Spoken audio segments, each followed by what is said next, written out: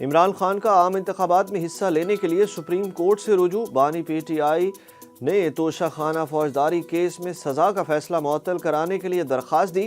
Supreme court office نے درخواست اعتراضات عائد کرتے ہوئے واپس کر دی۔ اعتراض میں کہا گیا کہ اپیل کے ساتھ لفظ کیے گئے دستاویزات نامکمل ہیں۔ تمام متعلقہ دستاویزات کے ہمراہ اپیل 6 جنوری تک دائر کی جا سکتی ہے۔ درخواست مسترد ہونے کا خدشہ۔ پی ٹی آئی کا الیکشن کمیشن کے فیصلے کے خلاف عدالت سے رجوع کرنے کا فیصلہ مؤخر کر دیا گیا۔ ذرائع کے مطابق پی ٹی آئی کو الیکشن کمیشن سے تاحال فیصلے کی مصدقہ کاپی نہیں ملی۔ پارٹی کو خدشہ ہے کہ مصدقہ کاپی نہ ہونے کی صورت میں درخواست مسترد ہو سکتی ہے۔ ذرائع کا بتانا ہے کہ کیس کب اور کہاں دائر کیا جائے، اس حوالے سے حامد خان، بیرسٹر علی ظفر اور بیرسٹر گوہر علی خان کی مشاورت جاری ہے۔ ذرائع کے مطابق پارٹی رہنماؤں کی جانب سے الیکشن کمیشن کے فیصلے کے خلاف بانی چیئرمین پی ٹی آئی عمران خان سے مشاورت کا بھی امکان ہے۔ امید ہے عدلیہ مداخلت کرے گی اور بلے کا نشان بحال ہوگا۔ پی ٹی آئی کا سپریم کورٹ جانے کا اعلان۔ اڈیالہ جیل کے باہر میڈیا سے گفتگو میں chairman P T I barrister Gohar نے کہا کہ سائفر کیس کو اوپن ٹرائل نہیں سمجھتا، یہ اسلام آباد ہائی کورٹ کے احکامات کی خلاف ورزی ہے۔ ہر انسان کے بنیادی حقوق ہیں، عدالتوں کو اسے قدر کی نگاہ سے دیکھنا چاہیے۔ سائفر کیس میں کوشش کی جا رہی ہے کوئی باہر نہ آ سکے، ہمیں ابھی کوئی سرٹیفائیڈ کاپیز بھی فراہم نہیں کی گئیں۔ انہوں نے کہا کہ بڑی عجلت میں ساری چیزیں ہو رہی ہیں۔ سپریم کورٹ نے واضح کہا کہ سب کچھ کریں، کرمنل ٹرائل عجلت میں نہیں کیا جا سکتا، سوائے ہمارے کسی کا بھی کرمنل ٹرائل عجلت میں نہیں ہو رہا۔ بلہ پاکستان کے 70% عوام کی نشانی ہے، کوئی بھی نشان الاٹ ہو وہ آپ سے کوئی نہیں چھین سکتا۔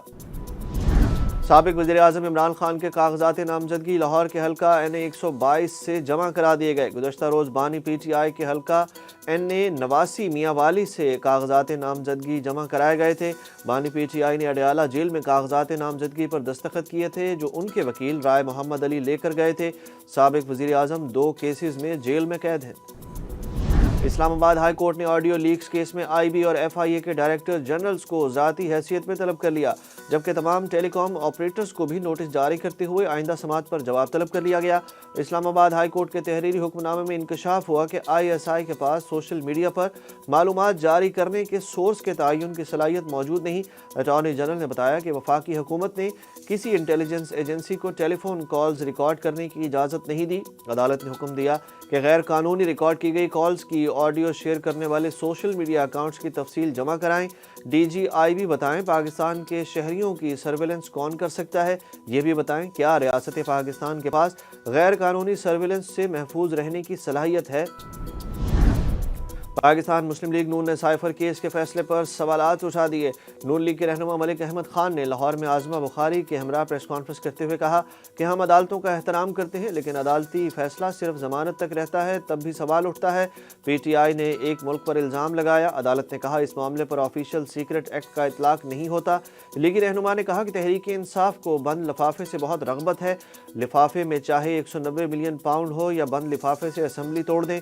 ملک احمد خان نے کہا کہ ایک سیاسی جماعت کل عدم ہوتی ہے تو الیکشن کمیشن اسے کیسے نشان دے گا۔ ملک میں مہنگائی کی مجموعی شرح 42% سے زائد ہو گئی۔ ادارہ شماریات کے مطابق رواں ہفتے کے دوران انڈے، لکڑی، پیاز، لہسن اور دالوں سمیت 18 اشیاء ضروریہ مہنگی ہوئیں۔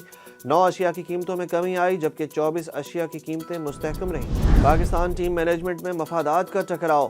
مینجمنٹ کے 4 ارکان انٹرنیشنل کرکٹرز ایسوسی ایشن سے وابستہ۔ ذرائع کے مطابق انٹرنیشنل کرکٹرز ایسوسی ایشن بھی سایہ گروپ کی طرح پلیئرز مینجمنٹ فرم ہے جس کے ساتھ پاکستان ٹیم کے بولنگ کوچ عمر گل، سپن بولنگ کوچ سعید اجمل کا معاہدہ ہے۔ بیٹنگ کوچ ایڈم ہالیوک اور head of strength Drake Simon بھی اسی فرم سے وابستہ ہیں۔ Consultant selection committee Kamran Akmal کے علاوہ پاکستان ٹیم کے 10 کھلاڑی بھی انٹرنیشنل کرکٹرز ایسوسی ایشن کے ساتھ معاہدے میں ہیں۔